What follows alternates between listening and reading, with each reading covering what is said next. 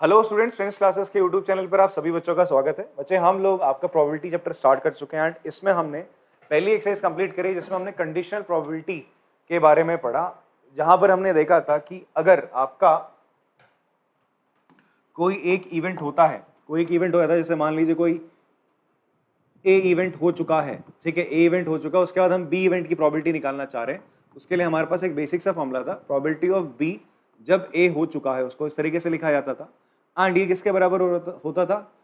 या तो number of element in A intersection B upon number of element in A, नीचे जो है उसी के एलिमेंट यहाँ पे आ जाएंगे, और number of element in A intersection B ऊपर आएगा। और ये हमने पढ़ा था, ये फॉर्मूला कब लगता है आपका? जब आपके जो आउटकम्स है वो क्या होते हैं, जो भी आपका सैंपल स्पेस होता है उसके सारे आउटकम्स इक्वली लाइकली होते हैं, ठीक है। मतलब हर किसी आउटकम्स के आने की जो चांसेस है वो बराबर है। जस्ट लाइक कि आप एक डाइस फेंकते हो तो 1 2 3 4 5 6 सबके आने के चांसेस बराबर होते हैं। फिर कुछ ऐसे भी केस पड़े थे जहां पर आपके इवेंट्स इक्वली लाइकली नहीं होते, जैसे एग्जाम्पल 7 था, आप एक डाइस फेंकते हो, हेड आता है तो आप अगेन डाइस फेंकते हो, नहीं आता तो आप हेड आता है तो हम एक सिक्का उछालते हैं, और टेल आता है तो हम क्या करते हैं, वापस से डाइस फेंक देते हैं। तो वहां पर कुछ ऐसे इवेंट बन रहे, आउटकम आ रहे थे, हेड टेल, हेड हेड, और टेल या 1 टेल या 2 ऐसे। तो इसकी प्रोबेबिलिटी कायदे से कितनी हो रही थी? 1/4, और इसकी प्रोबेबिलिटी थी बेटा 1/12। तो देखो दोनों की प्रोबेबिलिटी अलग है, इसका मतलब दोनों आपके इक्वली लाइकली आउटकम्स नहीं। तो इन दैट केस हमारा जो फॉर्मूला लगता था कंडीशन प्रोबेबिलिटी का, वो लगता है probability of A intersection B upon probability of A. मतलब ये फॉर्मूला चाहे आपके आउटकम्स इक्वली लाइकली हो या ना हो, लगना ही लगना है, दोनों में लग जाता है। ये केवल कब लगता है आपका? जब आपके आउटकम्स क्या इक्वली लाइकली होते हैं, ठीक है जी। तो ये तो हम पढ़ के आ चुके थे। अब भी जो अपन लोगों ने पढ़ना है, आज हम लोग पढ़ेंगे आपका मल्टीप्लिकेशन थ्योरम ऑन प्रोबेबिलिटी, और दूसरा इंडिपेंडेंट इवेंट्स क्या होते हैं इसके बारे में। तो मल्टीप्लिकेशन थ्योरम ऑन प्रोबेबिलिटी की अगर हम बात करें तो सबसे पहले, जैसे मैं यहाँ पर आपसे बोल रहा था, ए और बी कोई दो इवेंट हो रहे हैं, ठीक है। सो ए इंटरसेक्शन बी किसको डिनोट करता है? ये डिनोट करता है A and B events occurring, ये दोनों एक साथ हो रहे हैं, अकरिंग साइमल्टेनियसली।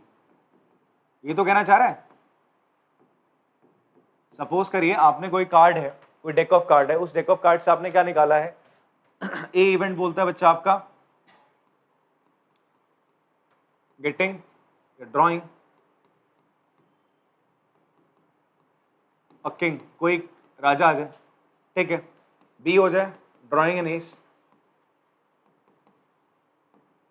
भाई इक्का आ जाए। तो ए इंटरसेक्शन बी क्या कह रहा है? Drawing a king and S, king भी आ जाए और आपका एस भी आ जाए। थोड़ी बात समझ में आ रही है आपको? तो ए इंटरसेक्शन बी का मतलब होता है कि ए और बी दोनों इवेंट एक साथ हो रहे हैं, ए इंटरसेक्शन बी। अब प्रोबेबिलिटी में हम इसको लिखते कैसे हैं? अगर ए इंटरसेक्शन बी आपका एक इवेंट है बच्चे, A intersection B is an event, ये आपका इवेंट है, तो हम इसे किस तरीके से लिखेंगे? अब से इसको हम इस तरीके से लिखेंगे, ए बी करके एक साथ मल्टीप्लाई करके लिख देंगे ए बी। तो ए बी का मतलब है ए और बी जो दो इवेंट है वो एक साथ हो रहे हैं। क्लियर हो रही सर आपको बात? अब आपसे बोल रहा है इसकी प्रोबेबिलिटी कैसे निकालोगे? अगर आपको प्रोबेबिलिटी निकालनी है तो वो कैसे निकलेगी? यहां ध्यान से जरा इस फॉर्मूले को देखो आप, ये आपका कंडीशन प्रोबेबिलिटी का फॉर्मूला है, ठीक है, ये आप पढ़ के आ रखे हैं अभी अभी। तो अगर आपसे बोलूं तो प्रोबेबिलिटी ऑफ ए जब बी ऑलरेडी हो चुका है तो उसकी प्रोबेबिलिटी क्या होती थी? Probability of A intersection B upon probability of B होती थी। ये बोल रहे प्रोबेबिलिटी ऑफ बी जब ए ऑलरेडी हो चुका है।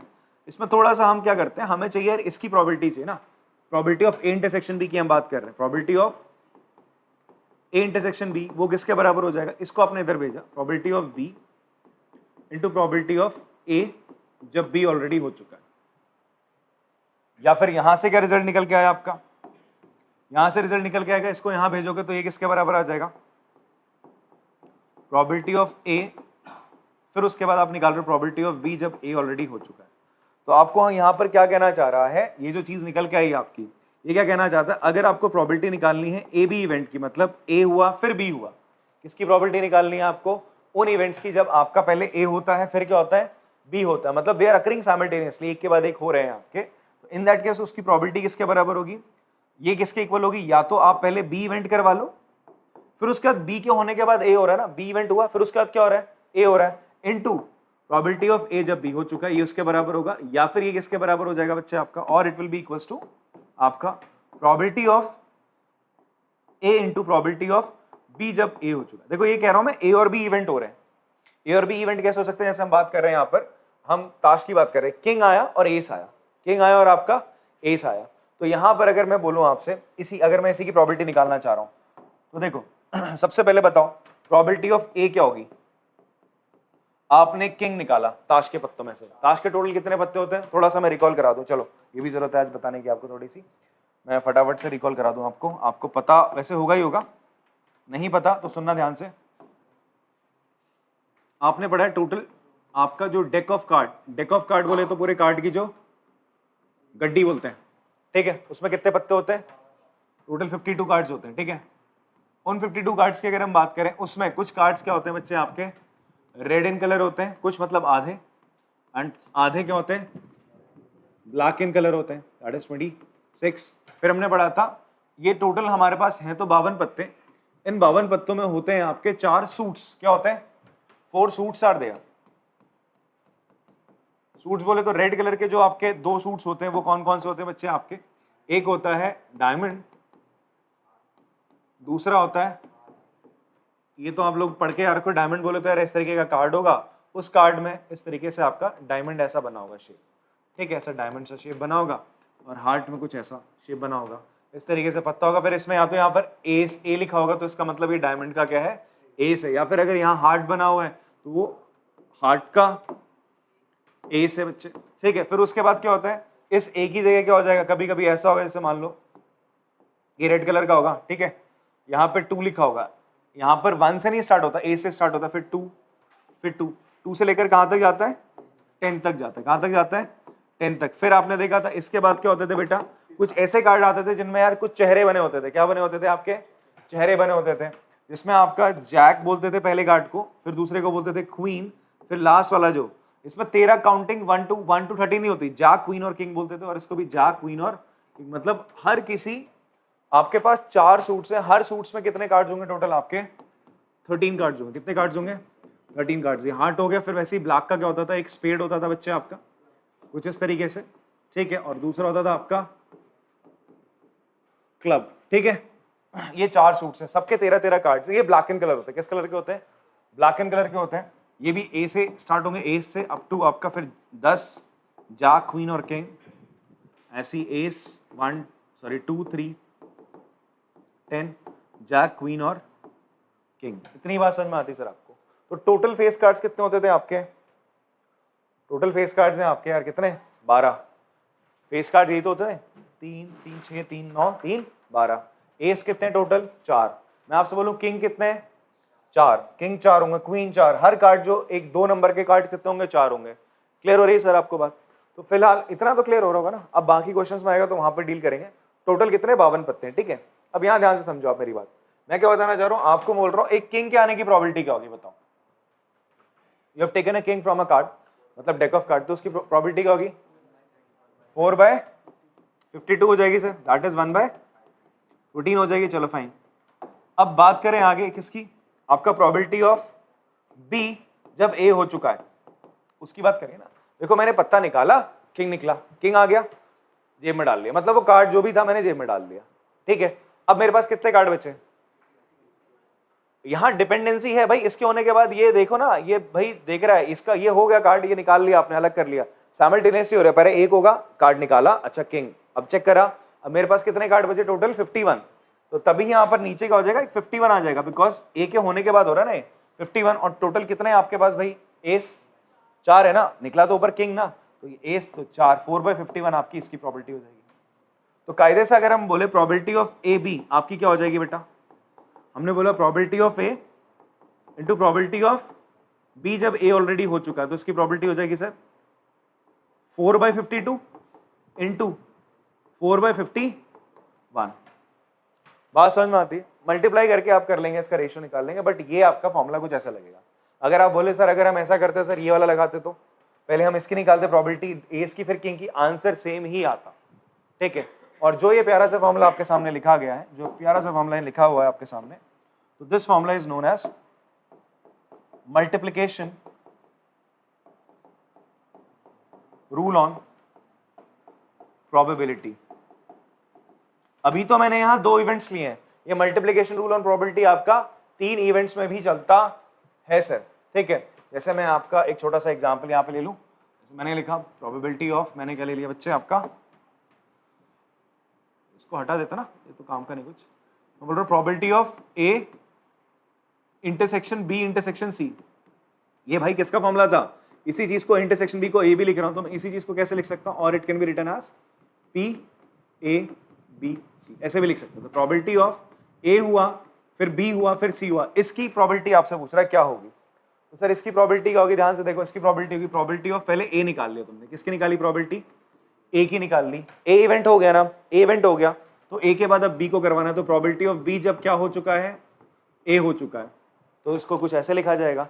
फिर इनटू प्रोबेबिलिटी ऑफ किसकी, सी की, कब, जब ए और बी दोनों हो चुके हैं। सर बात समझ में आती है, ये ए बी साथ में लिखा है, इसका मतलब समझ रहे हो क्या, A intersection B, C slash A intersection B भी लिख सकते हो, फिर आप ऐसे लिख लो ए बी, मैंने बता दिया ना। इसी को मैं कैसे लिख रहा हूँ, ए इंटरसेक्शन बी को, इवेंट को हम कैसे लिखते हैं, कुछ इस प्रकार से लिखते हैं। थोड़ा थ्योरी पार्ट है, आप ये चीज, ये वाला पार्ट लिख लो, ठीक है, ये पार्ट, ये छोटा बॉक्स में ये और ये लिख लो, फिर उसके बाद हम एग्जाम्पल्स करते हैं। चलो कॉपी करेंगे इसको, चलिए एग्जाम्पल करते हैं। ये अभी जो हमने थ्योरम पढ़ी है उसका इस्तेमाल करेंगे। An urn contain 10 black and 5 white balls, मतलब आपके पास एक क्या है, एक टोकरी है भाई साहब, ठीक है, उस टोकरी में आपके पास क्या है, 10 ब्लैक और 5 वाइट बॉल्स है। 2 बॉल आप निकाल रहे हो, 2 balls are drawn from on one after the other without replacement. क्या बोल रहा है, बिना रिप्लेसमेंट के आपने निकाली, वापस कोई बॉल नहीं डाली है वहां पे, ठीक है, विदाउट रिप्लेसमेंट बोल रहा है ना, कुछ रिप्लेस नहीं करा। कभी कभी बच्चे इसको समझते हैं विदाउट रिप्लेसमेंट का मतलब है कि निकाली नहीं है, वहीं पे रख दी है, ठीक है। विदाउट रिप्लेसमेंट का मतलब है अगर आपने कुछ चीज वहां से निकाली तो रिप्लेस नहीं करी, उसको वैसा का वैसे ही रहने दिया, इसका मतलब ये होता है। समझ गए बात को, ठीक है। तो आपने क्या करा, एक बॉल निकालोगे तो अभी 15 बॉल है, जब एक बॉल निकालोगे तो कितनी बच जाएंगी, 14 बच जाएंगी भाई साहब, ठीक है। तो आपसे बोला what is the probability that both drawn balls are black, दोनों की दोनों जो तुम्हारी बॉल निकले वो ब्लैक निकले, ठीक है। तो आप पहले इवेंट बना लो, ए क्या इवेंट है, getting black ball in first draw, draw मतलब आप पहली दफा आपने बॉल निकाली वो ब्लैक निकल आई। बी इवेंट क्या है, getting black ball in second draw, ठीक है जी। तो using multiplication rule on probability, आपको क्या फाइंड आउट कर रहे हैं, टू फाइंड आउट क्या, प्रोबेबिलिटी ऑफ ए इंटरसेक्शन भी निकालना है बच्चे आपको, ठीक है। या फिर आप इसको ऐसे भी लिख सकते हो, प्रोबेबिलिटी ऑफ ए बी, मतलब ए और बी इवेंट होने की प्रोबेबिलिटी क्या हो जाएगी सर, ये किसके बराबर हो जाएगा आपका, probability of A into probability of B जब ऑलरेडी ए हो चुका है।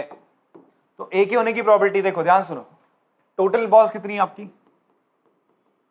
टोटल बॉल्स हो जाएंगी आपके पास 10 + 5 that is 15। Number of black balls कितनी हो जाएंगी जी, वो है आपके पास 10। तो देखो ध्यान से, प्रोबेबिलिटी ऑफ ए क्या हो जाएगी, तरुण बता, प्रोबेबिलिटी ऑफ ए क्या होगा, पहली बॉल ब्लैक निकले, हाँ, अरे टोटल बॉल्स तो 15 है ना, पहली दफा तो क्या होगा, 10 थी बॉल ब्लैक, तेरे फेवरेबल कितनी है, अब तुम्हारे पास 10 है ना तुम्हारे फेवर में, और टोटल कितनी बॉल है 15, ठीक है। अब एक बॉल निकल चुकी है, अब बता अगली बॉल भी ब्लैक है, उसकी प्रोबेबिलिटी बता ना, यही फंस गए, देखा 10 कैसे होगा, अरे ब्लैक बॉल निकाली ना तूने, पहली अगर ब्लैक निकाली है तो अब ब्लैक बॉल्स कितनी बचेंगी, 9 बचेंगी। समझ में आ रही बात, जब आप पहले ड्रॉ में ब्लैक निकल चुकी है तो दूसरे ड्रॉ में जब आप ब्लैक निकालोगे तो आपके पास वो 9 बचेंगी, और टोटल बॉल्स भी कितनी है, 15 से 1 कम हो जाएंगे, दैट इज 14। बात समझ में आ रही है, क्लियर है, तो ये आपका आंसर आ गया सर। तो प्रोबेबिलिटी ऑल अबाउट, देखो मल्टीप्लिकेशन कितना सिंपल है इसका, बट सोचना होता है भाई, सोचना इंपॉर्टेंट है यहाँ पे, आपने सही सोच लिया तो भैया आंसर तुरंत आपका आंसर आ गया। तो कैंसिल हो रहा है तो कैंसिल कर दो यार, कुछ 3 से क्या 2 से क्या 7 3, कितना आंसर आ गया फाइनली, 3/7 आपका आंसर आ गया, ठीक है, पॉज करके कॉपी करेंगे। चलो इसको नेक्स्ट एग्जाम्पल करते हैं। इसमें हमसे बोलते हैं 3 cards are drawn successively. Successively का मतलब समझ रहे हो, एक के बाद एक निकाला जा रहा है, ठीक है, without replacement from a pack of 52 well shuffled card. ठीक है, अब इसका मतलब समझे आप लोग ना, विदाउट रिप्लेसमेंट मतलब एक निकाला साइड में रख दिया, वहां अब आपके पास पत्ते कितने बचेंगे, 52 में से एक कम हो चुका, 51 हो चुका है, आपने रिप्लेसमेंट नहीं करा, फिर एक निकालोगे, फिर कितने बच जाएंगे, 50 बच जाएंगे। बात समझ में आ रही है, अब तो निकाल ही लोगे इसको। क्वेश्चन में आपसे बोलता है क्या प्रोबेबिलिटी होगी पहले 2 कार्ड किंग हो, फिर उसके बाद जो तीसरा कार्ड हो वो क्या हो, एस हो। तो आपने 3 इवेंट बना लेने। पहला इवेंट आपने बनाया ए इवेंट बनाया, क्या आपने, गेटिंग, या first card drawn is king, first card drawn is king, ठीक है। फिर बी इवेंट क्या है, second card drawn is king, दोबारा से किंग आना चाहिए। सी इवेंट क्या है,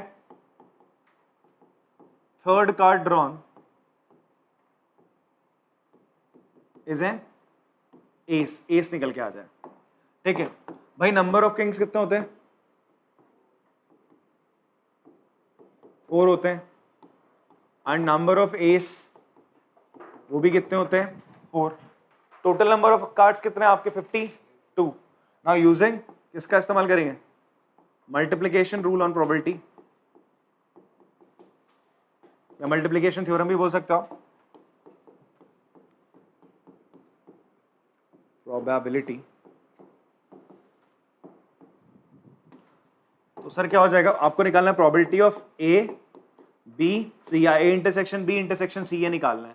तो ये किसके बराबर होता है, प्रोबेबिलिटी ऑफ ए निकालोगे पहले आप, मल्टीप्लाई करोगे प्रोबेबिलिटी ऑफ बी को जब ए ऑलरेडी हो चुका है, फिर मल्टीप्लाई करोगे आप सी को, प्रोबेबिलिटी ऑफ सी जब आपका ए बी दोनों इवेंट हो चुके हैं बेटा, ठीक है। अब इसको ध्यान समझो, प्रोबेबिलिटी ऑफ ए क्या कह रहा है, किंग निकला, किंग कितने होते हैं भाई, 4, तो 4/52। अभी इनिशियली कोई दिक्कत वाली बात नहीं थी, 52 पत्तों में से आपको किंग चाहिए तो उसकी प्रोबेबिलिटी तो 4/52। अब आपका एक किंग आपने निकाल के अलग रख दिया है, ठीक है, रखा, तो टोटल कितने किंग बचे, 3 बचे भाई, तो 3/51, ठीक है। अब वो किंग भी निकाल दिया, 2 कार्ड हट गए, टोटल कितने कार्ड बचे, 50। एस कितने हैं, 4, उसकी प्रोबेबिलिटी 4/50, ठीक है। अब इसको मल्टीप्लाई करना है सर आपने, तो ये तो 13 कट गया, ये 3 से कट जाएगा कितना, 3 17, 4 से 2 से जाएगा 2/25, तो फाइनली 2 अपॉन कितना आ रहा है, 25 17 13 मल्टीप्लाई होकर कितना आ रहा है, बताओ भाई,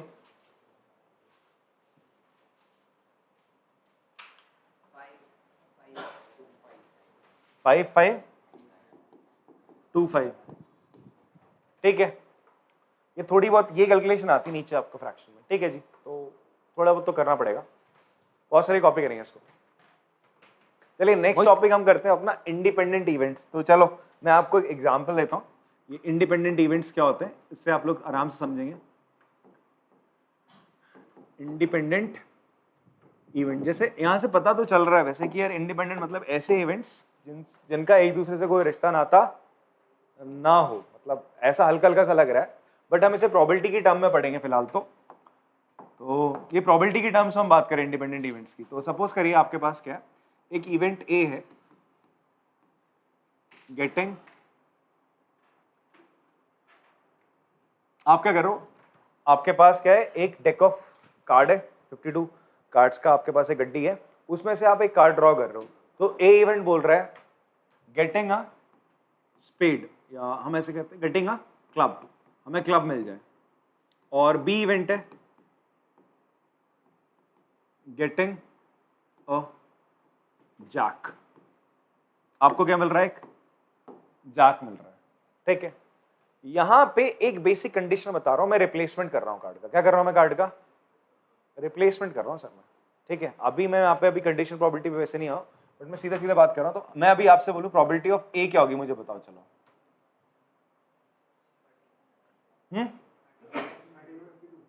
हम दोनों पे बात कर लेंगे, रिप्लेसमेंट करें ना करें तब भी हम बात करेंगे इस पे। प्रोबेबिलिटी ऑफ ए की हम बात करें क्लब आना, तो क्लब टोटल कितने क्लब कार्ड्स कितने होते हैं? क्लब हमने बोला था ना यार, ऐसे कार्ड जिनमें ऐसा कुछ बनाओ उन्हें हम क्लब बोलते हैं, ठीक है। जैक तो एक फेस कार्ड है, ठीक है। तो टोटल हमारे पास कार्ड होते हैं क्लब के 13, तो 13/52 इसकी प्रोबेबिलिटी हो जाएगी। ऐसे ही बोलूं प्रोबेबिलिटी ऑफ बी क्या होगा बच्चे? 4 होते हैं ना जैक, हाँ। नहीं, मैंने ये थोड़ा ना बोला, मैंने बोला केवल प्रोबेबिलिटी ऑफ बी बोला बेटा। अभी मैंने ये नहीं बोला प्रोबेबिलिटी ऑफ बी जब ए हो जाए, ऐसा बोला क्या? नहीं बोला ना, तो प्रोबेबिलिटी ऑफ बी बोल रहा मैं यहाँ पर। तो ये हो जाएगा 4/52। बात करें इसका आंसर कितना आ जाएगा? 1/4, और ये हो जाएगा 1/13। इतनी बात समझ में आती सर आपको? आते हैं अब यहाँ पे। अच्छा, मैं अगर आपसे बोलूं, यहाँ पर मैंने कंडीशन क्या बोली है कि भाई अभी हम क्या कर रहे हैं, अगर कार्ड निकालेंगे तो वापस भी डाल देंगे, कार्ड निकालेंगे तो वापस भी डाल देंगे। तो अगर मैं आपसे बोलूं प्रोबेबिलिटी ऑफ ए जब बी ऑलरेडी हो चुका है, तो ये किसके बराबर होगा? Probability of A intersection B upon probability of B के। इतनी बात समझ में आती है?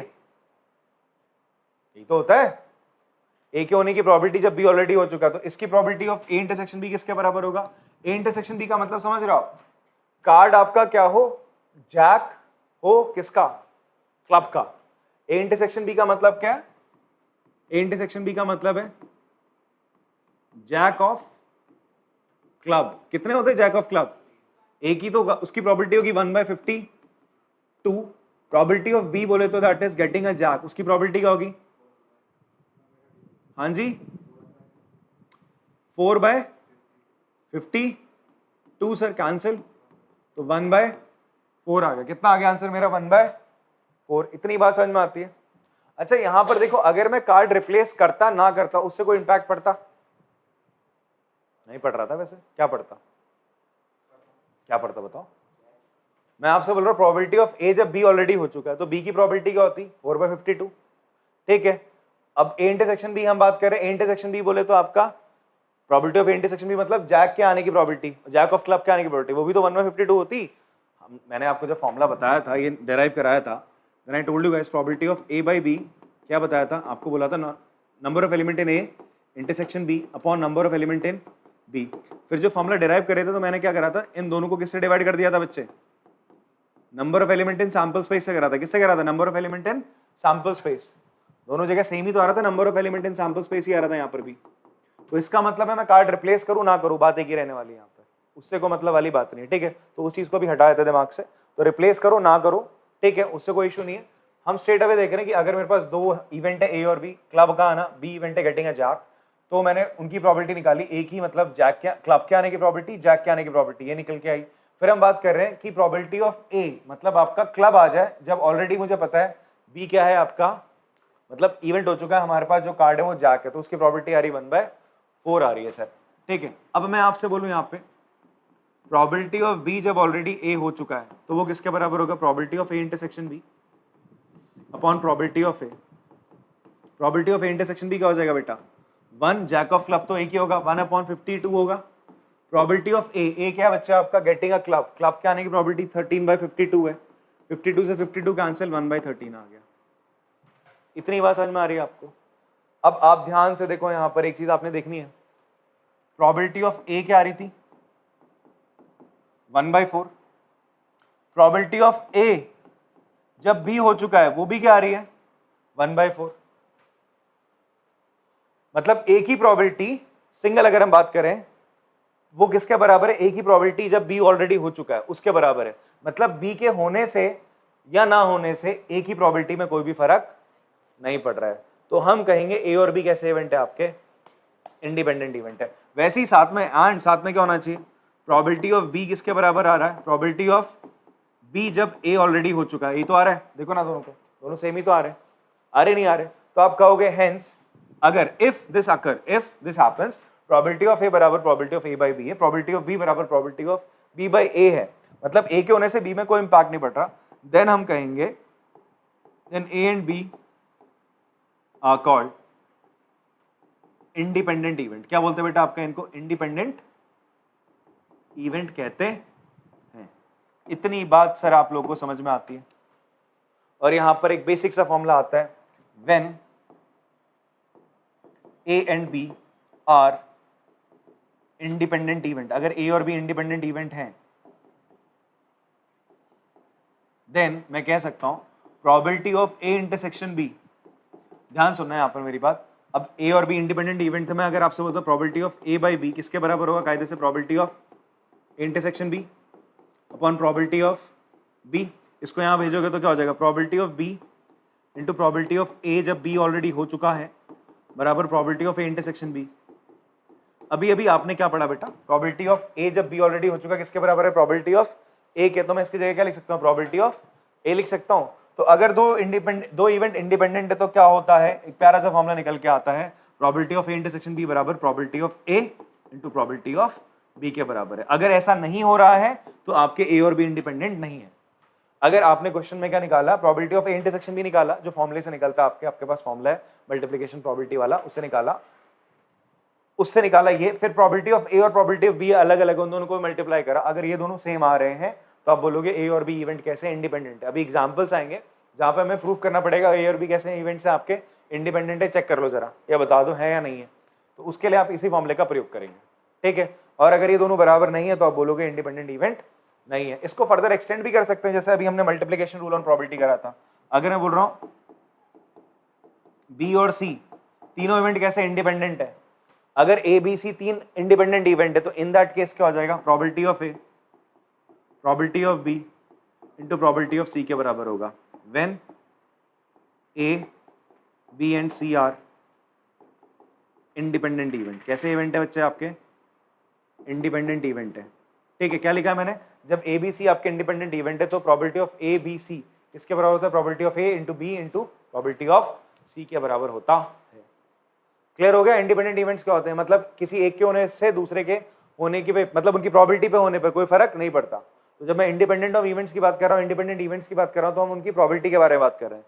किसके बारे में बात कर रहे हैं, उनकी। तो चलो पॉज करके जरा फटाफट से कॉपी करेंगे। क्या कॉपी करना है आपको, ये कर लेना बस कि इफ ए, ये लिख लेना, if A and B are two events, आपके दो इवेंट्स हैं, सच दैट, कुछ इस तरीके से, सच दैट ये चीज और ये चीज, देन हम कहेंगे ए और बी कैसे इवेंट होंगे आपके इंडिपेंडेंट इवेंट। और अगर ए और बी इंडिपेंडेंट इवेंट है तो ये चीज होगी, ठीक है। और फिर ये भी रिजल्ट लिख लेना ग्रीन वाला। बाकी तो एग्जाम्पल समझा, अभी एग्जाम्पल कराऊंगा और बढ़िया समझ में आएगा। कॉपी करेंगे इसको। चलिए कुछ और रिजल्ट्स हैं, जरा देख लेते हैं। तो अभी अभी मैंने आपको बताया, इफ बात करते हैं, if A and B are independent event तो क्या होगा, probability of A intersection B किसके बराबर हो जाएगा बेटा, probability of A into probability of B के बराबर होगा, ठीक है। Second condition, if A and B कैसे इवेंट है आर, डिपेंडेंट इवेंट। कैसे इवेंट है, डिपेंडेंट इवेंट है। तो in that case probability of A intersection B is not equals to probability of A into probability of B के। बात समझ में आती है यार आपको। अच्छा एक और चीज आपने ध्यान देनी, यहाँ पर इसका मतलब क्या, ए इंटरसेक्शन बी का मतलब है कि ए और बी साइमल्टेनियसली जब अकर कर रहे हैं, वो जो प्रोबेबिलिटी निकल के आएगी वो बराबर किसकी होगी, प्रोबेबिलिटी ऑफ ए जो हुआ इंडिविजुअली फिर प्रोबेबिलिटी ऑफ बी के प्रोडक्ट के बराबर होगी, ठीक है। एक वर्ड होता है जिससे बच्चे थोड़ा बहुत क्या होते हैं, कंफ्यूज हो जाते हैं, दैट इज इंडिपेंडेंट इवेंट, और दूसरा होता है आपका म्यूचुअली एक्सक्लूसिव इवेंट। क्या ये दोनों चीजें सेम हैं या अलग हैं? देखो ये भी कुछ ना कुछ ऐसा कह रहा है, म्यूचुअली एक्सक्लूसिव इवेंट तुमने प्रीवियस क्लास में पढ़ा था, ऐसे इवेंट जिनमें कुछ भी कॉमन ना हो, ठीक है। जैसे मैं आपसे बोलूं यार, मैंने एक सैंपल स्पेस क्या है, डाइस फेंकी 1 2 3 4 5 6, ये मेरा सैंपल स्पेस आया, ठीक है। मैं ए इवेंट बनाता हूं, ऑड नंबर आ जाए, 1 3 और 5। मैं बी इवेंट बनाता हूं, क्या आ जाए मेरे पास, 2 4 और 6। तो ये दोनों कैसे इवेंट है, म्यूचुअली एक्सक्लूसिव इवेंट है, बिकॉज ए का इंटरसेक्शन बी के साथ क्या आ रहा है, 5 आ रहा है, ठीक है। मैं जब इंडिपेंडेंट इवेंट की बात करता हूं तो मैंने बोला ए और बी दो इवेंट है, A and B are two events, ठीक है, सच दैट आपका प्रोबेबिलिटी ऑफ, अब ध्यान से सुनो, जब मैं इंडिपेंडेंट इवेंट की बात करता हूं, मैं किसकी बात करता हूं, प्रोबेबिलिटी ऑफ टू इवेंट्स, मैं उनकी प्रोबेबिलिटी की बात करता हूं। किसकी बात करता हूं, we talk about their probability, ठीक है। हम यहाँ प्रोबेबिलिटी की बात कर रहे हैं, बट हम जब म्यूचुअली एक्सक्लूसिव इवेंट की बात कर रहे हैं तो हम जो सैंपल स्पेस था उसके सबसेट्स की बात कर रहे हैं। किसकी बात कर रहे हैं? We are talking about the subsets. मेरी इतनी बात समझ में आ रही है आप लोग को? तो जब हम म्यूचुअली एक्सक्लूसिव इवेंट की बात करते हैं तो हम यहाँ पर किसकी बात कर रहे हैं? जो आपका कंटेक्स्ट है वो किसके बारे में? Is about subset of sample space.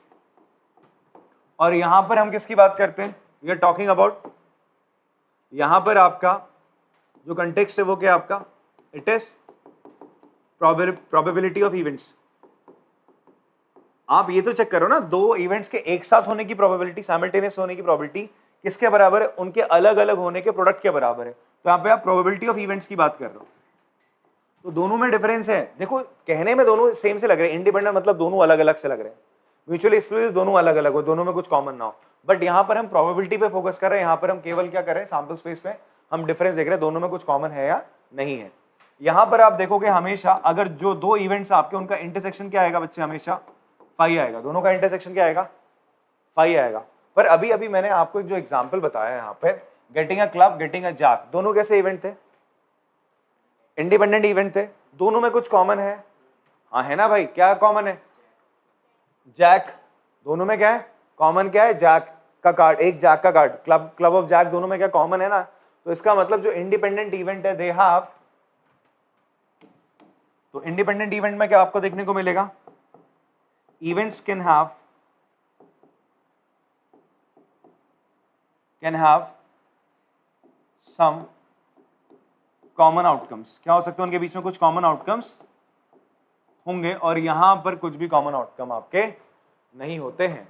या आपका एनसीईआरटी में थ्योरी पार्ट है, एग्जाम्पल जहां से स्टार्ट होते हैं उससे जस्ट पहले एक बड़ा सा पैरा बना रखा है, उसे आप नोट डाउन कर लेना, मतलब उसको थोड़ा सा ना आपके पास हाईलाइटर वहां पे देखो, थोड़ा बहुत थ्योरी भी आपने पढ़नी है, मैंने बता दी आपको, थोड़ा सा वहां से पढ़ लेना। अगेन शॉर्ट आप लिखना है तो लिख लो, यहाँ से भी काम बन जाएगा। ठीक है, कॉपी कर सकते हैं हम इसको।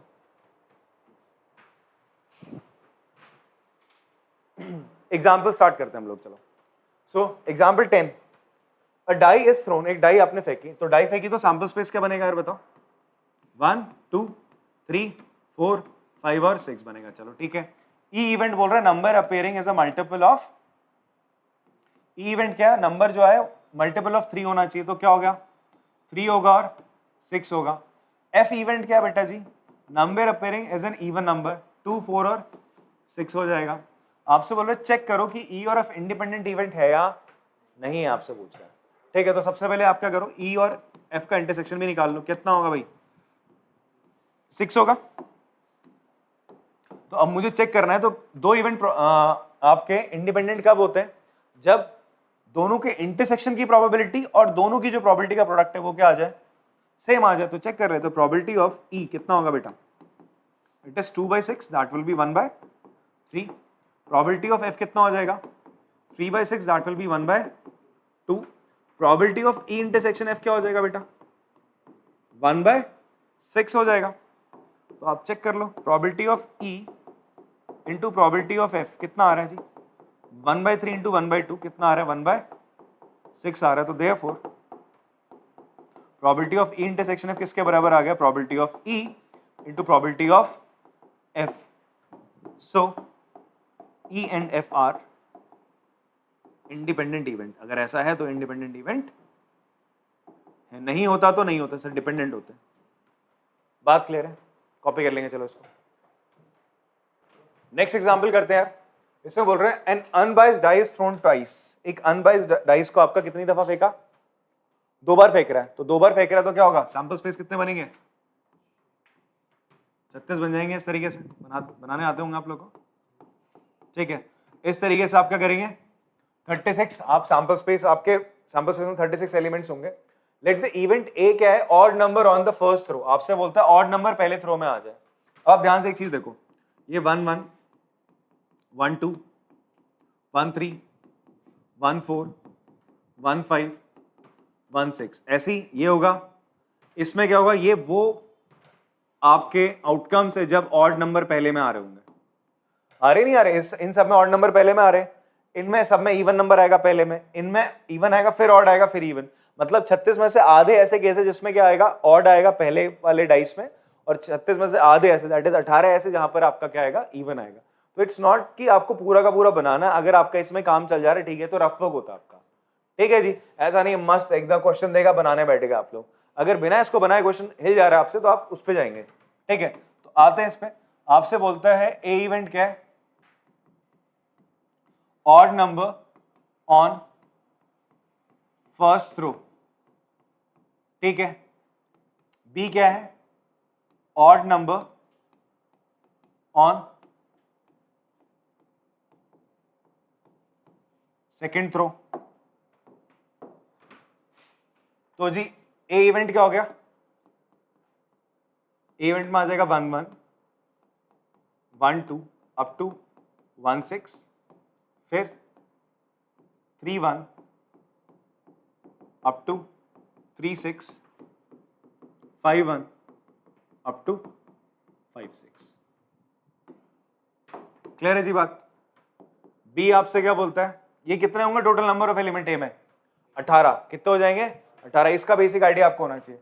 बोलता है दूसरे में क्या हो, सेकंड थ्रो में क्या है बच्चा आपका, सेकंड थ्रो में ऑड नंबर है, सेकंड थ्रो में क्या आना चाहिए, ऑड नंबर आना चाहिए, तो वो भी 18 होंगे वैसे कायदे से।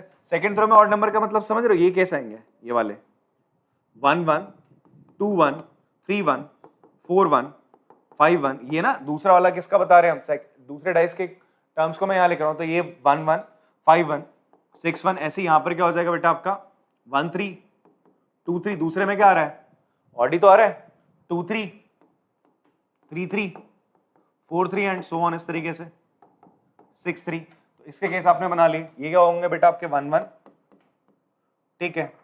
फिर ऐसे ही करते करते आपका 6 1, ठीक है जी। फिर होगा आपका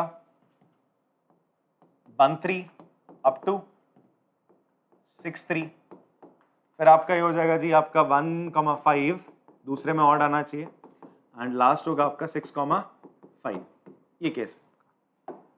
अब दोनों में कॉमन आपको निकालने आने चाहिए। देखो ना, आपको चेक करना है ना दोनों के दोनों इंडिपेंडेंट है या नहीं है, तो इसके लिए आपको ए इंटरसेक्शन बी निकालना है। तो ए इंटरसेक्शन बी क्या होगा, दोनों में जब ऑड है, दोनों में जब क्या है ऑड है, तो वो केस क्या होंगे यार, एक तो 1 1 1 3, ये तो होगा, बात समझ में आ रही है सर, 1 3, फिर उसके बाद 1 5, फिर उसके बाद क्या होगा 3 1 3 3 3 5, देन आपका 5 1 5 3 और 5 5। टोटल कितने केस आ रहे हैं आपके पास, ऐसे 9 आ रहे हैं सर, ठीक है जी। ये बात समझ में आ रही है, ये कैसे निकाला मैंने, दोनों में क्या आने चाहिए, ऑड आने चाहिए। तो 1 1 1 के साथ 1 आ गया, 1 के साथ दूसरा क्या आ सकता है 3 आ सकता है, और 1 के साथ तीसरा दूसरा क्या नेक्स्ट क्या आ सकता है 5 आ सकता है। फिर ऐसे ही 5 पहले आएगा 1 बाद में आएगा, 5 पहले आएगा 3 बाद में, ऐसे करके हमने केस बना लिए। टोटल इतने केस बन रहे हैं। अब भाई क्या बोल रहा है आपसे, प्रोबेबिलिटी ऑफ ए चेक कर लो, क्या हो जाएगा जी, it will be 18/36, that will be 1/2। Probability of B बच्चे कितना हो जाएगा, again 18/36, that will be 1/2। Probability of A intersection B बच्चे कितना आ रहा है आपका 9/36, दैट इज 1/4 आ गया, ठीक है। अब हमें क्या करना है ये देख लेना है, probability of A intersection B कायदे से मेरा किसके बराबर आ रहा है, probability of A into probability of, तो दिख ही रहा है 1/2 इंटू 1/2 करोगे 1/4 आ जाएगा, ठीक है। दैट इज 1/2 इंटू 1/2 1/4 आ रहा है, ठीक है। आप बोलोगे therefore A and B are independent event, ठीक है। पॉज करके चलो कॉपी करेंगे इसको फटाफट से। नेक्स्ट एग्जांपल देखो, इसमें भी आपको क्या बताना है, बताना है कि जो आपके डिफरेंट डिफरेंट इवेंट्स हैं इनमें से इंडिपेंडेंट कौन से डिपेंडेंट हैं। तो देखो आपसे बोल रहा है 3 सिक्के उछाले जा रहे हैं, मैं भी किससे बोलने वाला था, 3 सिक्के उछाले जा रहे हैं, कॉइन्स आर टॉस्ड। तो उसमें आपका क्या है, सैंपल स्पेस क्या बन रहा है बताया था यार, हेड हेड कितने बनेंगे, 8 बनेंगे ना, 2 की पावर 3, दैट इज 8 आउटकम्स होंगे, head head tail head tail head. मतलब आप पहले वो आउटकम्स बनाना, पहले 3 हेड फिर 2 हेड वाले, फिर उसके बाद 2 टेल वाले बना लिया करो, tail tail head tail tail, फिर टेल हेड टेल, फिर टेल टेल टेल। ये हमारे 8 आउटकम्स आ गए। अब आपसे क्या बोलता है, ई इवेंट क्या है, 3 हेड्स और 3 टेल, या तो 3 हेड आएंगे या तो 3 टेल आएंगे। 3 हेड है 3 एच, या तो 3 टेल बोल रहा है, तो ये तो आएगा इसमें यार। एफ में बोलता है एटलीस्ट 2 हेड्स, एटलीस्ट 2 हेड्स का मतलब है 2 हेड आ जाए या 2 से ज्यादा 3 आ जाए, ठीक है। फिर जी, जी में बोलता है एटमोस्ट 2 हेड्स, कितने हेड्स हैं यार, एटमोस्ट 2 हेड्स का मतलब समझते हो, ज्यादा से ज्यादा, कम से कम नहीं, ज्यादा से ज्यादा 2 हेड आएंगे, उससे ज्यादा नहीं आने चाहिए सर, और उससे कम आ सकते हैं जरूर, उसका मतलब 2 हेड आ जाएंगे, 1 हेड भी आ सकता है भाई साहब, या तो एक भी ना आए भैया, 0 हेड आए, उसमें कैसे आएंगे, बात समझ में आती है। एटमोस्ट एटलीस्ट का मतलब समझ में आना चाहिए, ठीक है। नहीं आता तो भाई पूछ लो, बता तो दिया है वैसे, क्या पूछोगे। Of the pairs E F E G F G, आपसे बोल रहे कौन से आपके डिपेंडेंट है, तो सबसे पहले आपको ई इंटरसेक्शन एफ निकालना पड़ेगा, आपको ई इंटरसेक्शन जी और एफ इंटरसेक्शन जी निकालना पड़ेगा, तो निकाल लेते सर। ई इंटरसेक्शन एफ कितना हो जाएगा, ई और एफ में इंटरसेक्शन क्या आ रहा है, 3 बार हेड आ रहा है जी, एक ही आउटकम है इसके बीच में कॉमन। फिर ई और जी का इंटरसेक्शन निकाल लेते जी, ई और जी में क्या कॉमन आ रहा है बेटा, 3 टेल आ रहे हैं, ठीक है। फिर एफ और जी में का इंटरसेक्शन निकाल लेते हैं इसका और इसका, तो इसमें क्या आ रहा है, H S T, H T H, T H H, 3 आ रहे हैं, ठीक। अब प्रोबेबिलिटी देख लेते हैं। अब मुझे क्या चेक करना है, प्रोबेबिलिटी ऑफ ई क्या होगी यार, 2/8 that is 1/4, okay. Probability of F क्या होगा यार, 4/8 दैट इज 1/2, हाँ जी। प्रोबेबिलिटी ऑफ जी क्या हो जाएगा जी, 7/8 हो जाएगा सर, ठीक है। साथ ही साथ हमें क्या निकालना पड़ेगा, probability of E intersection F कितना होगा, 1/8। प्रोबेबिलिटी ऑफ ई इंटरसेक्शन जी कितना होगा, 1/8। प्रोबेबिलिटी ऑफ एफ इंटरसेक्शन जी कितना होगा, 3/8। अब चेक करेंगे, हमें चेक करना है ना इंडिपेंडेंट कौन कौन से, ई और एफ की बात कर रहा है, तो चेक करो probability of E intersection F, क्या probability of E into probability of F के बराबर आ रहा है, ई इंटरसेक्शन एफ क्या है 1/4, एफ का क्या 1/2, 1/4 इंटू 1/2 करोगे कितना आएगा 1/8, और ये तो 1/8 है, हाँ जी ये सही एकदम, ठीक है। तो आप कहोगे E and F are independent event, ठीक। फिर probability of E intersection G, तो probability of E into probability of G के बराबर आ रहा है, ये है 1/8, ई और जी की प्रोबेबिलिटी यार 1/4 और 7/8 है, तो 7/32 बराबर नहीं आ रहा, नहीं है बराबर। फिर अगले वाले का भी चेक कर लेते हैं, probability of F intersection G, probability of F कितना है 1/2, probability of G 7/8 that is 7/16, 7/16 ये कितना आ रहा है 3/8 बराबर नहीं है, तो आप लिखेंगे देखो E and G are dependent, कैसे हैं dependent, F and G are dependent, copy कर लो। एग्जाम्पल 13 देखते हैं, ये काफी इंपॉर्टेंट आपका एग्जाम्पल है बच्चे, ठीक है। एज अ रिजल्ट आप लोग इसको याद करेंगे, एज अ रिजल्ट आपको याद रहना चाहिए, प्रूफ तो याद होना ही होना चाहिए, बट एज अ रिजल्ट इसको आपने याद करके रखना है कि यार ये रिजल्ट आपके दिमाग में रहना चाहिए। इससे आपके एमसीक्यू बेस्ड क्वेश्चन भी हो सकते हैं, रीजन एसोसिएशन बेस्ड क्वेश्चन में भी आ सकता है, तो बहुत फायदा देता है। तो फिलहाल मैं आपको प्रीवियस क्लास का एक छोटा सा कंसेप्ट बता देता हूँ। अगर ये आपके 2 सेट्स हैं, ए और बी 2 सेट्स हैं बच्चे, आपके ए और बी 2 सेट्स हैं, तो हमने वहां पर आपका पढ़ाया था कि ए इंटरसेक्शन बी कॉम्प्लीमेंट किसके बराबर होता है, नंबर ऑफ एलिमेंट, या फिर आप प्रोबेबिलिटी बोल लो, ए इंटरसेक्शन बी कॉम्प्लीमेंट किसके बराबर होता है, probability of A minus probability of A intersection B के। एक्चुअल में इसका मतलब क्या होता है, इट मींस ओनली ए, ये किसकी बात करता है, ओनली ए की बात करता है। ए और बी कॉम्प्लीमेंट के बीच का इंटरसेक्शन अगर आप वेन डायग्राम से देखोगे, ये वाला रीजन होता है बच्चे। ये रीजन कैसे निकलेगा, जब आप ए में से ये ए इंटरसेक्शन बी क्या कर दोगे बच्चे, माइनस कर दोगे, ये माइनस कर दोगे तो आपको ये मिलेगा, और यही चीज इसके बराबर होती है। क्लियर हो रही बात। तो अब इसको हम लिख के देख लेते हैं यहाँ पर, तो हमें क्या प्रूफ करना है, तो हमने लिखा ई इंटरसेक्शन, अच्छा ये भी हमें गिवन है कि ई इंटरसेक्शन एफ की जो प्रोबेबिलिटी है वो किसके बराबर है, probability of E into probability of F के बराबर है। क्यों? ई एंड एफ कैसे इवेंट है मेरे, ई and F are independent events. ठीक है, आपसे बोलता है अगर ई और एफ इंडिपेंडेंट इवेंट्स हैं तो आपसे प्रूव करने को बोलता है कि भाई इन दैट केस ई और एफ कॉम्प्लीमेंट दैट इज ये भी इंडिपेंडेंट होंगे। इंडिपेंडेंट होने का मतलब ई इंटरसेक्शन एफ कॉम्प्लीमेंट किसके बराबर आना चाहिए, probability of E into probability of F complement के बराबर आना चाहिए, तभी तो इंडिपेंडेंट होंगे। ये इंडिपेंडेंट कब निकल के आएगा, जब फाइनली तुम्हारा ये आ जाए सर, इसके ना एफ के ऊपर में डैश लगा देता हूँ, बेटर रहेगा।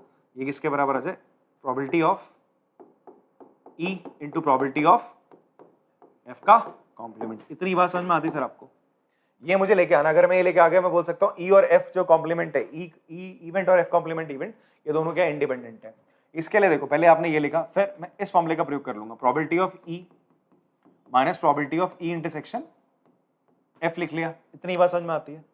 अब बच्चे ध्यान से देखो, इसको मैं क्या लिख सकता हूँ, ऊपर से देखो इंडिपेंडेंट इवेंट है ना दोनों के दोनों, तो आप इसको लिख सकते हो probability of E into probability of F. यहाँ से कॉमन निकाल लो, प्रोबेबिलिटी ऑफ ई, अंदर क्या बचेगा 1 माइनस प्रोबेबिलिटी ऑफ एफ। बताओ, आपने तो पढ़ा था किसी इवेंट के होने की प्रोबेबिलिटी उसके कॉम्प्लीमेंट के होने की प्रोबेबिलिटी को 1 से माइनस कर दो, उसके बराबर होती है। तो या इसका उल्टा, ई कॉम्प्लीमेंट यहाँ लगाऊंगा तो ये हो जाएगा सर, बात समझ में आती है? तो ये चीज किसके बराबर आ जाएगी, probability of E into probability of F complement, ये तो लाना था। तो हेंस आप ये लिख दोगे, हेंस ये आ गया, तो आप बोल सकते हैं E and F complement are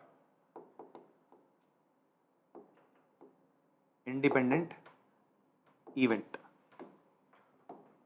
तो यहां से देखो एक रिजल्ट आपने डिड्यूस करना है, देखो ध्यान से, कि अगर इफ हम बोल रहे हैं ए एंड बी मान लेते, चलो A and B are independent event, A और बी कैसे इवेंट है आपके, इंडिपेंडेंट इवेंट होते हैं।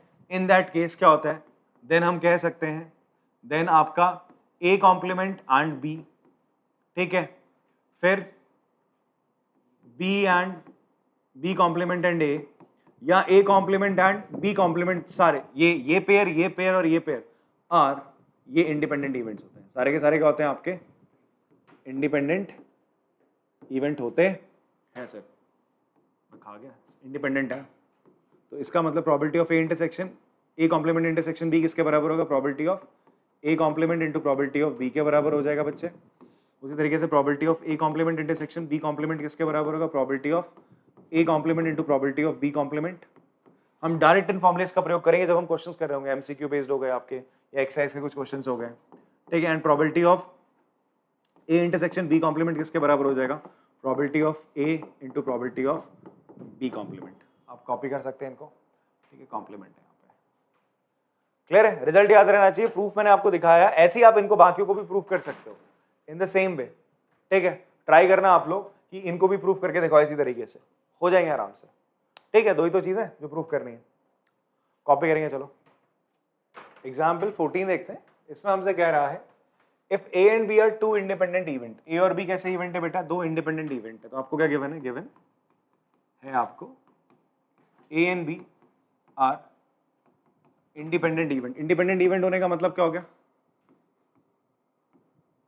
Probability of A intersection B किसके बराबर होगा, probability of A into probability of B के बराबर है।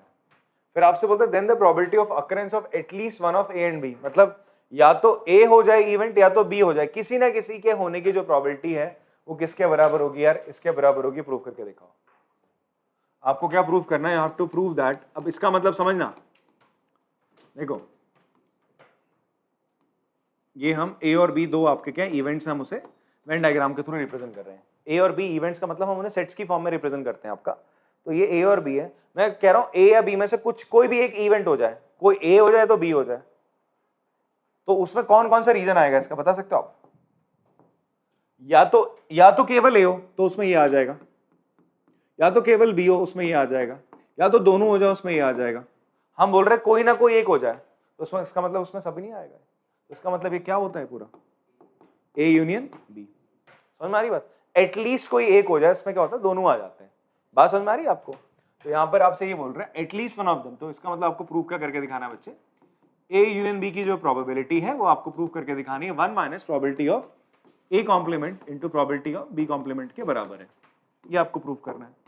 तो सबसे पहले जो हमें बेसिक सा एक फॉर्मूला पता है probability of A union B का, हम वो लगा देते हैं। किसके बराबर होता है, probability of A plus probability of B minus probability of intersection B, यही तो होता है।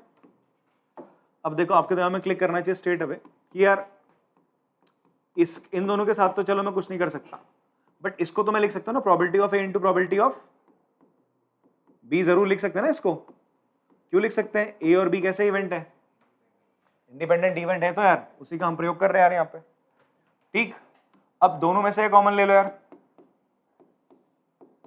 आपने दोनों में से प्रोबेबिलिटी ऑफ बी कॉमन ले लिया, अंदर क्या बचेगा 1 minus probability of A common बचेगा। इसी को आप क्या लिख सकते हो,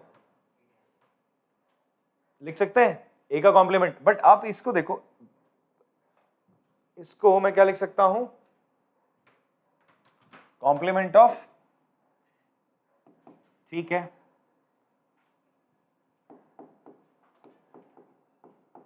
ए लिख सकते हैं, कॉम्प्लीमेंट ऑफ ए लिख सकते हैं। अब इस ए का मैं क्या करूं, मुझे जो फॉर्मूले में चाहिए था वहां पे कॉम्प्लीमेंट चाहिए, तो ए तो चाहिए नहीं थे, तो मैं इस ए को भी लिख सकता हूं 1 माइनस प्रोबेबिलिटी ऑफ ए का कॉम्प्लीमेंट। इतनी बात समझ में आती है, ठीक है।